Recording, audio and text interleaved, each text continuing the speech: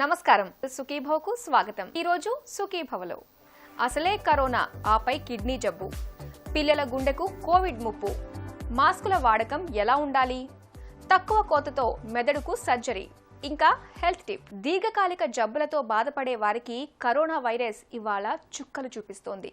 ముఖ్యంగా కిడ్నీ జబ్బులతో బాధపడే వారికి కరోనాతో చాలా ప్రమాదం ఉందని డాక్టర్లు హెచ్చరిస్తున్నారు. ఇప్పటికే కిడ్నీ జబ్బులతో బాధపడేవారు, కిడ్నీ మార్పిడి చేయించుకున్న వారికి ఏ మాత్రం నిర్లక్ష్యం చూపించినా వైరస్ కసిగా కాటేసే అవకాశం ఉంది. ఈ సంక్షోభ కాలంలో కిడ్నీ బాధితులు వైరస్కు చిక్కకుండా ఉండేందుకు ఏం చేయాలో, నిత్య జీవితంలో ఎలా అప్రమత్తంగా ఉండాలో ఇప్పుడు తెలుసుకుందాం.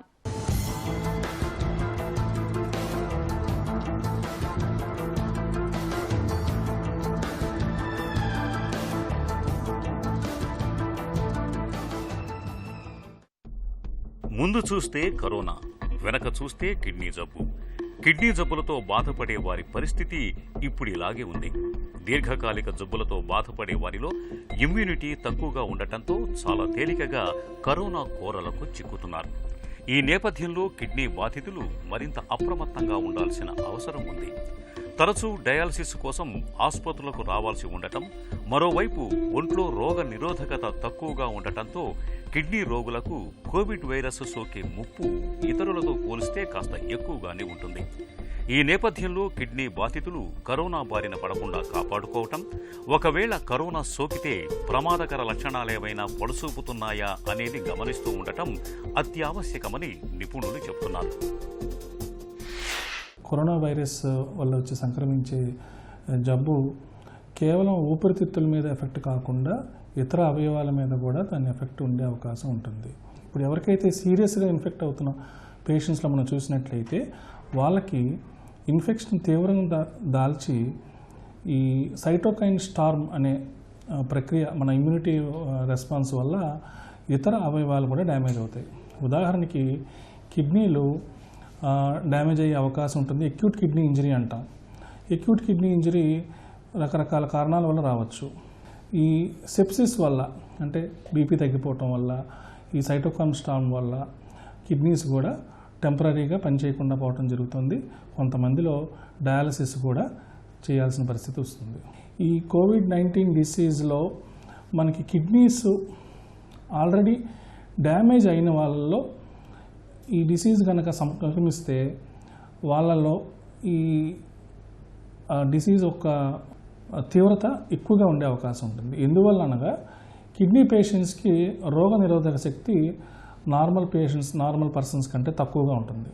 అందువల్ల వీళ్ళకి ఏదైతే కోవిడ్-19 డిసీజ్ వస్తుందో వాళ్ళల్లో ఎక్కువ కాలం డిసీజ్ ఉండే అవకాశం, అలాగే ఎక్కువగా తీవ్రతగా ఉండే అవకాశం కూడా ఉంటుంది. అందువల్ల ఈ క్రానిక్ కిడ్నీ డిసీజ్ పేషెంట్స్ అందరూ కూడా ఇంకా జాగ్రత్తగా ఉండి వాళ్ళు హ్యాండ్ హైజీన్ కానీ, సోషల్ డిస్టెన్సింగ్ కానీ చాలా జాగ్రత్తగా చేసుకోవాల్సిన అవసరం ఉంది. కిడ్నీ జబ్బులు మొదలయ్యాక చాలా మందికి డయాలసిస్ అవసరం అవుతుంటుంది. ఇందుకోసం వారానికి కనీసం 3-4 సార్లైనా ఆసుపత్రికి రావాల్సి ఉంటుంది. అయితే కరోనా భయంతో కొందరు కిడ్నీ రోగులు డయాలసిస్కు దూరంగా ఉంటున్నారు. మరికొందరు వారంలో 3-4 సార్లకు బదులు 1-2 విడతలతో సరిపెడుతున్నారు. ఆసుపత్రులకు వెళ్తే ఇతర రోగాలు వచ్చే అవకాశం ఉందన్న భయం వారిని వెంటాడుతున్నది. అయితే డయాలసిస్ తగ్గించుకోవటం, లేదంటే పూర్తిగా మానేయటం వల్ల ప్రాణాల మీదకు తెచ్చుకున్నట్లేనని వైద్య నిపుణులు హెచ్చరిస్తున్నారు. డయాలసిస్ చేయకపోతే రక్తంలో పొటాషియం పెరిగిపోయి గుండె లయ తప్పుతుంది. ఇదే కొన్నిసార్లు ఆకస్మిక గుండె వైఫల్యానికి దారితీసి ప్రాణాలకే ముప్పు వాటిల్లుతుంది. ఊపిరితిత్తుల్లో కూడా నీరు చేరి పల్మనరీ ఎడిమాకు దారితీస్తుంది. దీంతో ఊపిరి పీల్చుకోవటం కష్టమై అది కరోనా కంటే ఎక్కువ తీవ్రత ఉంటుందని వైద్యులు హెచ్చరిస్తున్నారు. డయాలసిస్ పేషెంట్స్లో ముఖ్యంగా 2 రకాలుగా ఉంటుంది డయాలసిస్. ఒకటి హోమ్ డయాలసిస్, పెరిటోనియల్ డయాలసిస్ అంటాము. రెండోది హిమోడయాలసిస్. మనం హాస్పిటల్ సెంటర్కి వచ్చి వాళ్ళు డయాలసిస్ చేసుకోవాల్సిన అవకాశం ఉంటుంది. ఈ పెరిటోనియల్ డయాలసిస్ ఉన్న వాళ్ళకి కొంతవరకు ఇంట్లోనే చేసుకుంటారు కాబట్టి డయాలసిస్ ఈ సోషల్ డిస్టెన్సింగ్ అనేది వాళ్ళు స్ట్రిక్ట్గా అమలు చేయగలరు కాబట్టి వాళ్ళకి కరోనా వైరస్ సోకే అవకాశం తక్కువగా ఉంటుంది. వాళ్ళు ఈ టైంలో కొంచెం బెటర్గా చేస్తున్నారు. అలాగే హీమోడయాలసిస్ పేషెంట్స్ వారానికి 2 సార్లు 3 సార్లు హాస్పిటల్కి రావాల్సి వస్తుంది కాబట్టి వాళ్ళు చాలా జాగ్రత్తగా ఉండాలి.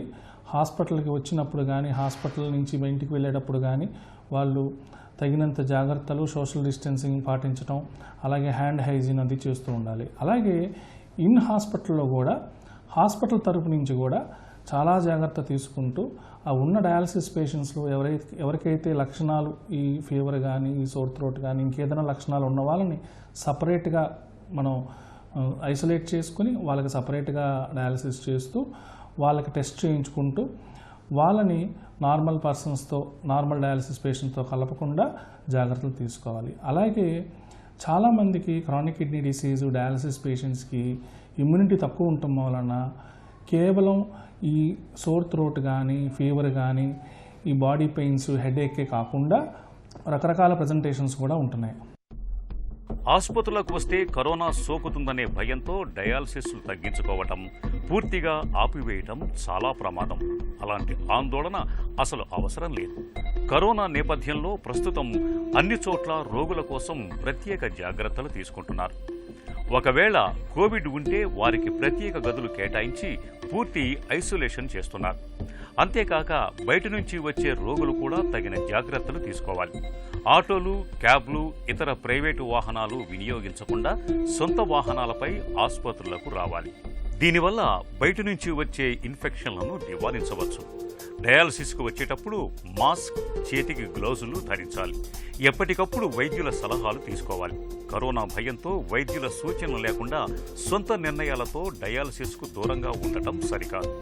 అది ప్రాణాలకే ముప్పు అని గుర్తుంచుకోవాలి. డయాలసిస్ పేషెంట్స్ వాళ్ళు తీసుకునే ఆహారంలో కూడా చాలా వరకు నియంత్రణగా ఉండటం మంచిది.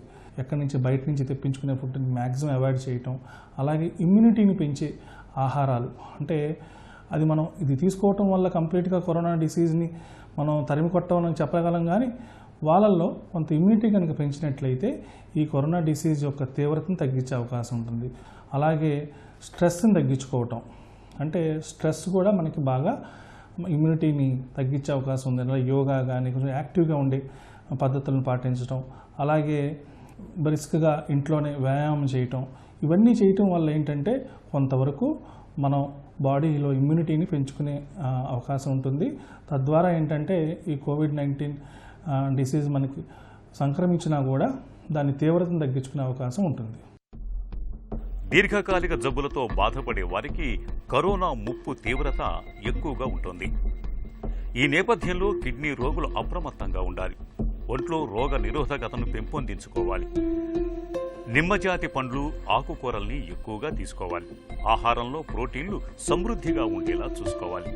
పాలు, పాల ఉత్పత్తులు, చేపలు, గుడ్లు, చికెన్ వంటి వాటిని తరచుగా తీసుకోవాలి. జ్వరం, దగ్గు వంటి కరోనా అనుమానిత లక్షణాలు కనిపిస్తే వెంటనే తగిన వైద్య సాయం తీసుకోవాలి. అవసరమైతే తప్ప బయటికి రాకూడదు. మాస్కును ధరించటం, భౌతిక దూరాన్ని పాటించటం, తరచూ చేతుల్ని శుభ్రం చేసుకోవటం వంటి జాగ్రత్తల్ని తప్పనిసరిగా పాటించాలి. ఈ జాగ్రత్తలు కరోనా ముప్పును చాలా వరకు తగ్గిస్తాయి. హెల్త్ న్యూస్ మీకోసం.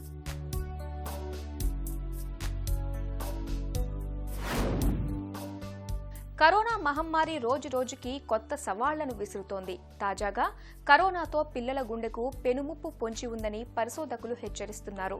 ముఖ్యంగా పిల్లల్లో కోవిడ్కు అనుబంధంగా ఉత్పన్నం అవుతున్న సమస్యలు తీవ్ర కలవరానికి గురిచేస్తున్నాయి. అందులో ఒకటైన మల్టీ సిస్టమ్ ఇన్ఫ్లమేటరీ సిండ్రోమ్ పిల్లల గుండెపై ప్రభావం చూపుతున్నట్లుగా ఒక తాజా అధ్యయనంలో వెల్లడైంది. దీంతో కోవిడ్ సోకిన పిల్లల గుండె పనితీరును వారి జీవితకాలం పర్యవేక్షించాల్సిన అవసరం ఉండొచ్చని పరిశోధకులు పేర్కొంటున్నారు. ఈ మేరకు లాన్సెట్కు చెందిన ఈ క్లినికల్ మెడిసిన్ అనే జర్నల్లో అధ్యయనం ప్రచురితమైంది.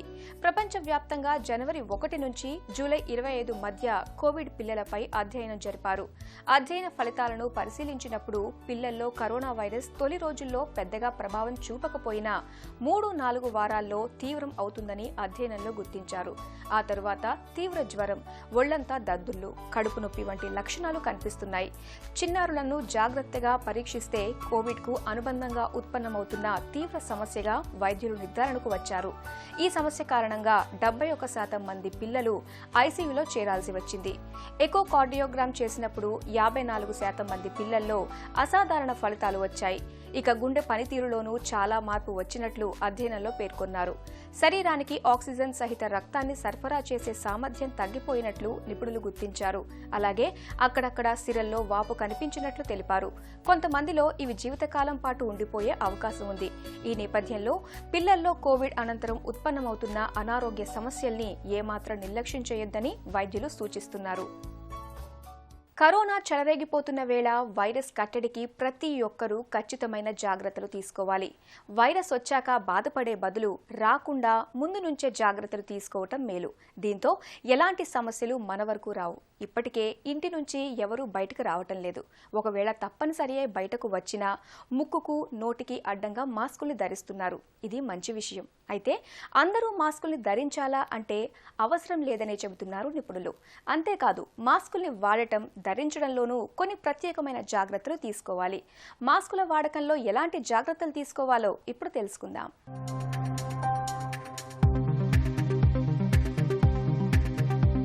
మనం బాగుండాలి, మన పక్కవాడు బాగుండాలి. ఇదే ఇప్పటి నినాదం కావాలి. ఎవరికి కరోనా ఉందో ఎవరికి లేదో చూసి తెలుసుకోవటం కష్టం. అందరిలోనూ దగ్గు, తుమ్ముల వంటి లక్షణాలు స్పష్టంగా కనిపించాలని లేదు. కరోనా ఇన్ఫెక్షన్ బారిన పడ్డవారిలో ఎలాంటి లక్షణాలు లేకపోయినా వారి నుంచి ఇతరులకు వ్యాపించవచ్చు. అందువల్ల ఎవరి జాగ్రత్తలో వారుండడం మంచిది. ఇందుకోసం ఇటీవలి కాలంలో విధిగా మాస్కులు ధరించడం చూస్తూనే ఉన్నాం. ఇది వైరస్ వ్యాప్తిని కట్టడి చేయడానికి ఎంతగానో ఉపయోగపడుతుంది. దీంతో పాటు తరచూ చేతులు కడుక్కోవటం, బయటకు వెళ్లినప్పుడు ఇతరులకు దూరంగా ఉండడం వంటి జాగ్రత్తలు పాటిస్తేనే అనుకున్నది సాధించగలం. నిజానికి మాస్కులన్నీ ఒకటి కావు. వీటిల్లోనూ రకాలున్నాయి. మాస్కుల వాడకంలో పద్ధతులు ఉన్నాయి. ఎవరికి ఎలాంటి మాస్కులు అవసరమన్నది తెలుసుకుని వాడుకోవాలి. కరోనా ఒక్కరోజుతో పోయేది కాదు. దీన్ని దృష్టిలో పెట్టుకుని దీర్ఘకాలం జాగ్రత్తలు పాటించడం తప్పనిసరి అనే సంగతిని అంతా గుర్తించి ఆచరించాలి. మాస్కుని ముట్టుకునే ముందు ప్రతి ఒక్కరూ ఆల్కహాల్ బేస్డ్ హ్యాండ్ రబ్, సబ్బుతో గాని చేతుల్ని శుభ్రం చేసుకోవాలి. మాస్క్ వాడే ముందు దానికి రంధ్రాలు గాని, చిరుగుళ్లు గాని ఉన్నాయో లేదో చూసుకోవాలి. మెటల్ స్ట్రిప్ ఎటువైపు ఉంటుందో అదే పైభాగం అన్నట్లు. మాస్క్ ఎటువైపు కరెక్ట్గా ఉందో చూసి వాడాలి. ఏది పైభాగమో కలర్ని చూస్తే తెలుసుకోవచ్చు. మాస్క్ మీ ముఖంపై సరిగ్గా పెట్టుకోవాలి. ఈ సమయంలో స్ట్రిప్ భాగం మీ ముక్కుపై ఉండేలా ఉంటే సరిగ్గా వాడుతున్నట్లు. ఇప్పుడు మాస్క్ని కిందికి లాగితే అది మీ నోరు, దవడ భాగాన్ని కవర్ చేస్తుంది. మాస్క్ వాడిన తర్వాత దాన్ని ఎలాస్టిక్ లూప్స్ అంటే మనం చెవులకి తగిలించే దారాలతో మెల్లిగా తీయాలి. అంతేకాని మధ్య భాగంలో పట్టుకోవద్దు. అలా తీసి పారేయాలి. వాడిన మాస్క్ని వెంటనే చెత్త కుండీలో పారేయాలి. అదేవిధంగా మాస్క్ తీసిన తర్వాత చేతుల్ని మరోసారి శుభ్రంగా ఆల్కహాల్ బేస్డ్ శానిటైజర్తో కానీ, సబ్బుతో కానీ చేతుల్ని శుభ్రం చేసుకోవాలి. మళ్లీ వాడుకునే మాస్కుల్ని ధరించినప్పుడు వాటిని శుభ్రంగా ఉంచుకోవడం, తరచూ ఉతుక్కోవడమూ ముఖ్యమే. సాధారణ సబ్బుల కంటే బ్లీచ్ ఉన్న వాటితోనే ఉతకడం మేలు. అవి హానికారక సూక్ష్మజీవులను సమర్థవంతంగా నాశనం చేస్తాయి. సంప్రదాయ సర్జరీలకు క్రమంగా కాలం చెల్లిపోతోంది. మినిమల్లీ ఇన్వేజివ్ టెక్నాలజీ అందుబాటులోకి వచ్చాక సాధ్యమైనంత తక్కువ కోతలతో సర్జరీలు పూర్తయిపోతున్నాయి. సంక్లిష్టమైన బ్రెయిన్ ట్యూమర్ సర్జరీల్లోనూ ఇవాళ మినిమల్ ఇన్వేజివ్ టెక్నాలజీని వాడుతున్నారు. ఒకప్పుడైతే మెదడులో కణితికి సర్జరీ చేయాలంటే కపాలాన్ని తెరవాల్సి వచ్చేది. ఇప్పుడు కపాలాన్ని తెరవకుండానే చిన్న రంధ్రాలు చేసి వాటి గుండా పరికరాల్ని లోపలికి చొప్పించి చాలా సులువుగా మెదడులో కణితుల్ని తొలగిస్తున్నారు. ఈ విధానం వల్ల పెద్దగా కోతలు, ఘాట్లు పెట్టాల్సిన అవసరం తప్పుతోంది. రక్తస్రావం ఇన్ఫెక్షన్ల బెడద కూడా తగ్గుతోంది. అన్నిటికీ మించి హాస్పిటల్లో ఎక్కువ రోజులు ఉండాల్సిన అవసరం కూడా తప్పుతోంది. బ్రెయిన్ ట్యూమర్ సర్జరీల్లో మినిమల్లీ ఇన్వేజివ్ టెక్నాలజీ గురించి డాక్టర్ని అడిగి ఇప్పుడు తెలుసుకుందాం.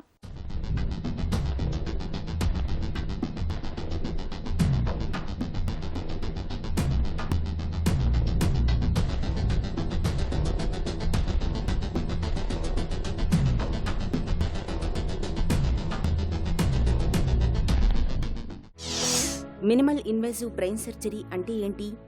చాలా తక్కువ పరిమాణంలో బోన్ని కట్ చేసి ఆ బ్రెయిన్ లోపల ఉన్న రకరకాల కండిషన్స్, కొన్ని బ్రెయిన్ ట్యూమర్స్ కావచ్చు, కొన్ని బ్రెయిన్కి సంబంధించిన స్ట్రోకులు కావచ్చు, లేదా కొన్ని బ్రెయిన్లో ఉండే మన ఇన్ఫెక్షన్స్, చీమ్కి సంబంధించిన లాంటి ఏమైనా ఎనీ బ్రెయిన్లో ఉండే ఒక రోగానికి సంబంధించిన ట్యూమర్స్ లాంటివి ఏదైనా ఉంటే వాటిని అరికట్టేందుకు చేసే ఈ ప్రక్రియను minimal invasive neuro surgery or key hole brain surgery కానీ కీ హోల్ స్పైన్ సర్జరీ కానీ అంటారు. మినిమల్ ఇన్వేజివ్ బ్రెయిన్ సర్జరీతో ఉన్న సానుకూలతలేంటి?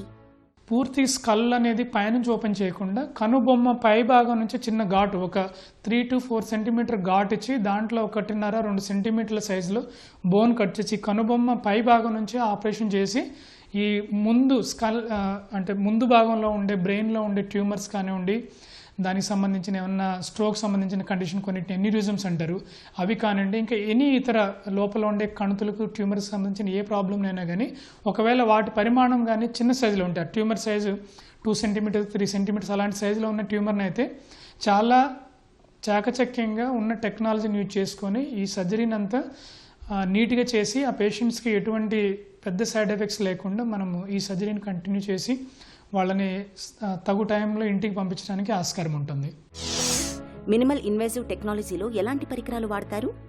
చాలా కేసెస్లో మేము మైక్రోస్కోప్ కానీ న్యూరో ఎండోస్కోప్ కానీ ఇంకా కొన్ని high end equipments like high speed drill, క్యూసా అని వీటిని ఉపయోగించడం వల్ల ఒకటి ట్యూమర్ని సక్ చేయడానికి మనం మిషన్లు వాడినప్పుడు, క్యూస్ అనే మిషన్ వాడినప్పుడు తొందరగా ట్యూమర్ని డీకంప్రెస్ చేయడానికి కానీ ట్యూమర్ని తీసేయడానికి ఆస్కారం ఉంటుంది.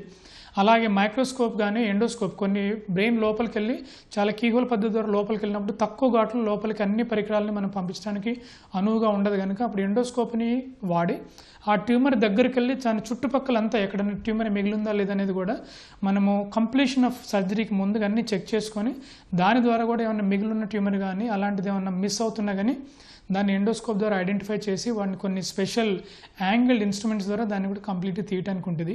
ఈ ఎండోస్కోప్ ద్వారా కానీ మైక్రోస్కోప్ని కానీ యూజ్ చేసినప్పుడు మనం ఏంటంటే మనం నార్మల్ కంటికి కనిపించే ఏదైనా స్ట్రక్చర్ ఉంటుందో దానికన్నా 10 to 15 times మ్యాగ్నిఫికేషన్లో చేస్తాం కనుక ట్యూమర్ని నార్మల్ బ్రెయిన్ని చాలా వరకు మనం ఐడెంటిఫై చేసుకొని దాని ద్వారా నార్మల్ బ్రెయిన్కి ఏ డ్యామేజ్ కాకుండా ఓన్లీ ట్యూమర్ని కానీ లేదా దానికి సంబంధించిన ఎనీ పెథలాజికల్ కండిషన్ కానీ డీల్ చేయడానికి ఉంటుంది. ఈ మధ్య కాలంలో కొత్తగా ట్యూమర్ కీమోఫ్లోరసెన్స్ అంటామన్నమాట. ఈ కీమోఫ్లోరసెన్స్ అనేది ఒక డ్రగ్ని ఇంజెక్ట్ చేసినప్పుడు ఆ డ్రగ్ మనకి హై అండ్ క్యాన్సర్ ట్యూమర్స్కి వాటికి సపరేట్ కలర్ ఫామ్ అవుతుంది అనమాట. మనం ఒక మైక్రోస్కోప్లో ఫిల్టర్ని యూజ్ చేసేటప్పుడు.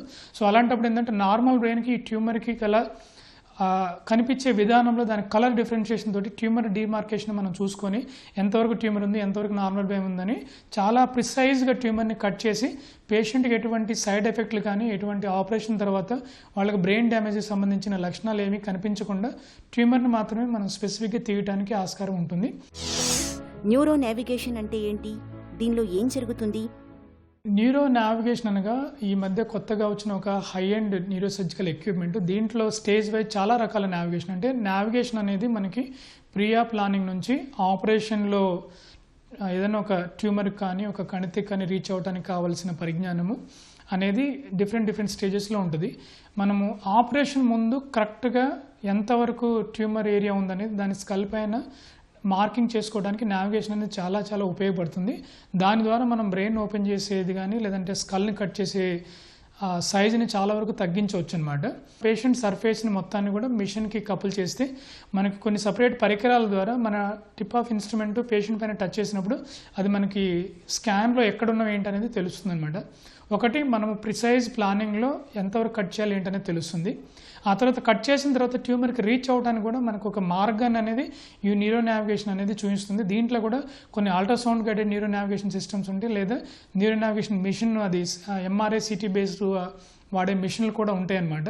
ఒకసారి స్కల్ ఓపెన్ చేసిన తర్వాత ఇవి సర్ఫేస్ వరకు రీచ్ అవ్వడానికి ఆస్కారం ఉంటుంది. ఒకసారి బ్రెయిన్లో ట్యూమర్ కట్ చేస్తున్నప్పుడు లోపల వచ్చే షిఫ్ట్ని కానీ కంట్రోల్ చేసుకోవడానికి, అంటే బ్రెయిన్ అటు ఇటు మూవ్ అయిన దాన్ని ఈ ముందుగా వాడే న్యూరో నావిగేషన్ సిస్టంలో కొన్ని చిన్న మార్పులు రావచ్చు. ఆ మార్పులను కూడా అరికట్టడానికి ఏంటంటే ఆపరేషన్లోనే వాడే ఒక అల్ట్రాసౌండ్ గడి న్యూరో నావిగేషన్ అనే ద్వారా దాన్ని మినిమైజ్ చేయొచ్చు. లేదంటే కొన్ని అడ్వాన్స్ సెంటర్లలో బ్రెయిన్ సూట్ అని వాడుతూ ఉంటుంది. అంటే ఇంట్రా ఆపరేటివ్ ఎంఆర్ఐ స్కాన్లోనే మన పేషెంట్కి సర్జరీ చేస్తూ కొంత సర్జరీ కంప్లీట్ చేసిన తర్వాత మనం ఎంతవరకు చేసి ఏంటని తెలుసుకోవడానికి అదే పేషెంట్ని ఆపరేషన్ థియేటర్లో ఉన్న ఒక ఎంఆర్ఐ సూట్లోకి పంపించి మళ్ళీ తిరిగి ఎంఆర్ఐ స్కాన్ చేసిన తర్వాత పేషెంట్ బయటకు తీసుకొని మనం ఎంత మిగిలింది ఏంటనేది చెక్ చేసుకొని రిమైనింగ్ ట్యూమర్ని కూడా తీయడానికి ఆస్కారం ఉంటుంది. సుప్రో ఆర్బిటాల్ కీహోల్ క్రేనియాటమీ అంటే ఏంటి? ఇప్పుడు కొత్తగా వస్తున్న మినిమల్ ఇన్వేజివ్ న్యూరోసర్జరీలో ఒక అడ్వాన్స్ టెక్నాలజీ. సో దీంట్లో ముఖ్యంగా ఏం చేస్తామంటే మన కను బొమ్మ పైన ఐ బ్రో ఏదైతే ఉంటుందో దానిపైన చిన్న ఘాటు ఒక 3 to 3.5 సెంటీమీటర్ ఘాటు మనకి పెద్దగా బయట చూసే వాళ్ళకి కనిపించకుండా ఒక చిన్న ఘాటు చేసి దానిపైన ఉన్న భాగంలో బోన్ని లెస్ దాన్ 2 సెంటీమీటర్ సైజ్ బోన్ని కట్ చేసి సో బ్రెయిన్ లోపలికి వెళ్ళి బ్రెయిన్లో ముందు భాగంలో ఉండే బ్రెయిన్ స్కల్ బేస్ లీజన్ కానీ బ్రెయిన్ లోపల ఉన్న లీజన్స్ కానీ చాలా వరకు ఒకవేళ ట్యూమర్ సైజ్ 3 to 4 సెంటీమీటర్స్ కన్నా తక్కువ సైజు ఉన్న ట్యూమర్ సైజ్ ఉన్నది ఏ రకమైన ట్యూమర్ని కానీ ఈ ముందు భాగంలో ఉండే ఏరియాలు బ్రెయిన్గా మన చెవికి ముందు భాగంలో బ్రెయిన్ లోపల ఉండే ట్యూమర్స్ని ఎక్కువ మోతాదులో బ్రెయిన్ పైన ఉండే స్కల్ను కట్ చేయకుండా చాకచక్యంగా ఈ ట్యూమర్స్ అన్నింటినీ తీయడానికి ఆస్కారం ఉంటుంది. దీంట్లో పైన స్కల్ పైన ఎక్కడ కూడా మనకి ఘాటు ఉన్నట్టుగానే ఒక 6 months 1 year దాటిపోతే మనకు అసలు ఆపరేషన్ చేసినట్టు కూడా ఆనవాళ్ళు కనిపించకుండా ఉంటుంది ఈ సర్జరీలో. సుప్రో ఆర్బిటాల్ క్రేనియాటమీ ద్వారా ఏ సమస్యల్ని సరిచేస్తారు? ఈ సూప్రా ఆర్బిటల్ క్రేనియాటమీ ద్వారా దగ్గర ఎన్ని రకాల ట్యూమర్లైనా వాటి సైజు కానీ మనకి తక్కువ పరిమాణాలు ఉంటాయి 4-5 సెంటీమీటర్స్ లోపల ఉంటే కానీ సో వాటన్నిటిని కూడా ఈ ప్రొసీజర్ ద్వారా ట్యూమర్స్ని తీయచ్చు. అలాగే కొన్ని యాంటీరియర్ సర్క్యులేషన్ ఎన్యూరిజం అంటారు. ఎన్యూరిజం అనేది స్ట్రోక్లో ఒక రకమైన కండిషను, రక్తనాళాల నుంచి బెలూన్గా ఫామ్ అయి వచ్చే వాటిని సో ఈ ముందు భాగంలో ఉన్న వాటిని యాంటీరియర్ సర్క్యులేషన్ ఎన్యూరిజమ్స్ అంటారు. వాటన్నిటిని కూడా చాకచక్యంగా క్లిప్పింగ్ అనేది ఈ సూప్రాఆర్బిటల్ క్రేనియాటమీ ద్వారా క్లియర్గా చేయొచ్చు. ఇవే కాకుండా ఇంకా కొన్ని జాయింట్ పిట్యూటరీ ట్యూమర్స్ అని, క్రేనియోఫెరెంజియోమాస్ అని, స్కల్ బేస్ మెనింజియోమాస్ అని ఇలా రకరకాల పేర్లతో ఉండే ట్యూమర్స్ ఏవైనా కానీ కొన్ని క్యాన్సర్ కణుతులు కావచ్చు, కొన్ని క్యాన్సర్ కాని కణుతులు కావచ్చు, వీటన్నిటిని కూడా మనం ఈ సూప్రాఆర్బిటల్ క్రేనియాటమీ ద్వారా చేయొచ్చు. ముక్కు నుంచి నీరు బ్రెయిన్ వాటర్ లీక్ అయ్యే వాటిని CSF రైనోరీ అంటారు. ఇలాంటి కండిషన్ కూడా మన సూప్రాఆర్బిటల్ క్రేనియాటమీ ద్వారా రిపేర్ చేయడానికి ఆస్కారం ఉంటుంది. ఒక చిన్న చిట్కా మీకోసం. మొటిమల బెడద ఎక్కువగా ఉన్నప్పుడు రోజువారీ ఆహారంలో మునగకాయలు, మునగ ఆకును ఎక్కువగా తీసుకోండి. మునగలో యాంటీబయాటిక్ గుణాలు ఎక్కువగా ఉంటాయి. దీంతో మొటిమలు తగ్గటంతో పాటు చర్మం కూడా ఆరోగ్యవంతంగా మారుతుంది. సుఖీభవ కార్యక్రమానికి సంబంధించిన మీ విలువైన సూచనలు, సలహాలని వెంటనే మాకు రాయండి. మా చిరునామా Sukhibhava, ETV, Ramoji film city, Hyderabad 501512 లేదా sukhibhava@etv.co.in కు మెయిల్ చేయండి.